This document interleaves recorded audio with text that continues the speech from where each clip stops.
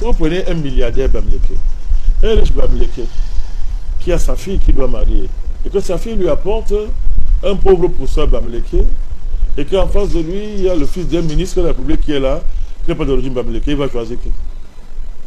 Naturellement, il va aller vers le bourgeois. Où sera alors la tribu à ce moment-là? Il ne faut pas se moquer des gens. Même dans les tribus, il y a différence de position. Il y a les pauvres, il y a les moins pauvres, il y a les plus pauvres, il y a les riches. Ils n'ont pas les mêmes intérêts. Donc même dans ce way que la tribu est toujours instrumentalisée. Vous voyez?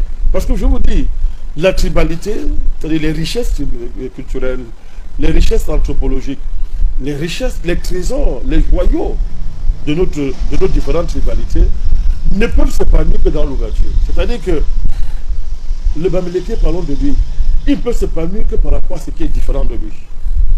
Vice versa, de manière fondamentale, votre Bamilekitude, pour parler comme ça, prend toute son originalité, sa richesse, face d'une différence.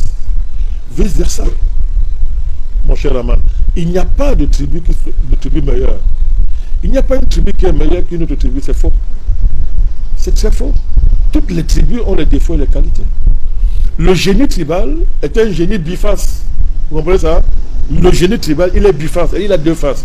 Il a une face ténébreuse, que si vous gérez mal, il va vous produire des démons qui vont tout détruire. Il a une face lumineuse. Quand c'est bien géré, ça rayonne, ça produit de la vie, ça produit beaucoup de belles choses.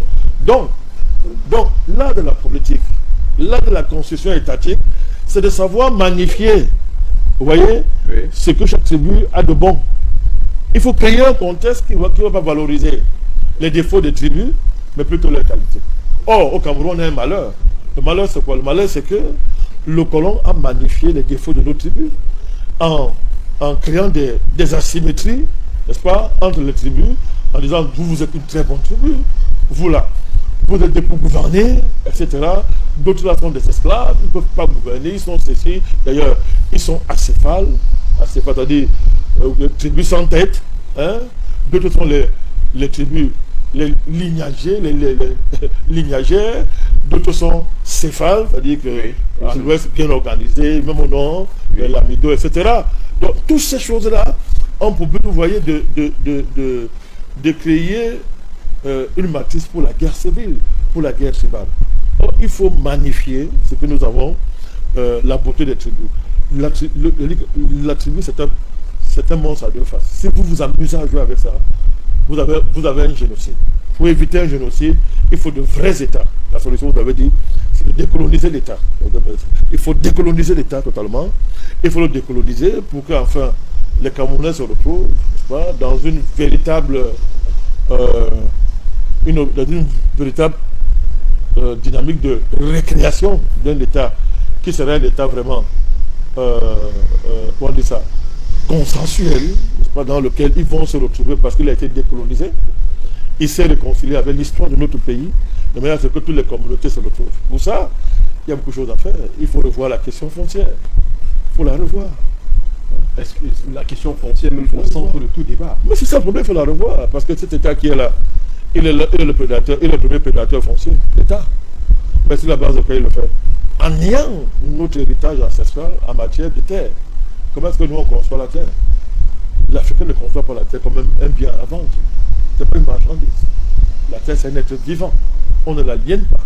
Mais cet État, il est héritier d'un droit foncier colonial qui lui fait de la terre une marchandise qu'on peut s'approprier dans le cadre d'un titre foncier. C'est cette guerre-là qu'il y a entre, d'une part, d'un côté l'État, d'autre part, les communautés autochtones, et d'autre part, les communautés autochtones avec les communautés soi-disant allogènes. Donc, il faut bien qu'on règle ça dans un autre rapport à la terre. Et vous savez que si on règle ça, ça débouche naturellement, obligatoirement, ça va dégager beaucoup de choses. Vous voyez, un nouvel équilibre entre l'État, parlez-moi comme ça, et les communautés locales, dans le cadre d'une vraie décentralisation cette fois-ci.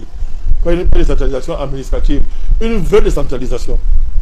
C'est important, et quand on va faire ça, on aura en partie, la question tribale, on va la désamorcer,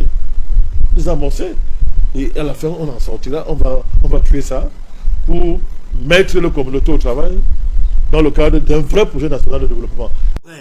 Comment tu peux aussi regarder une vidéo sans t'abonner?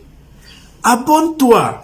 Surtout clique sur la cloche de notification. Ça, c'est la page de Buzz. Si tu veux être au courant des buzz et toutes les actualités au 237, abonne-toi et clique sur la cloche de notification. Partage aussi pour m'encourager. Surtout, si tu as quelque chose à dire, papa, lâche un commentaire.